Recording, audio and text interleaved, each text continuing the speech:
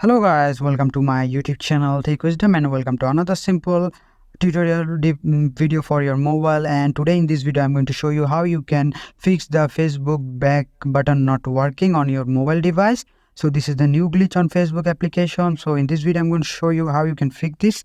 So first of all, go to your Play Store and now on the search option just search Facebook and tap the Facebook icon here.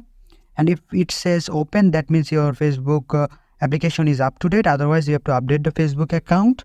And after updating the Facebook account, go to your settings option. And now look for the apps option. This is the apps option. Just click the apps option here.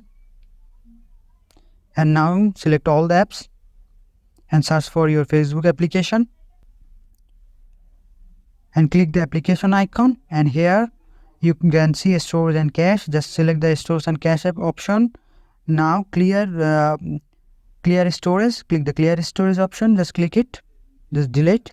And after clear the storage, you have to restart your mobile. And after restarting your Facebook, just log in to your Facebook account.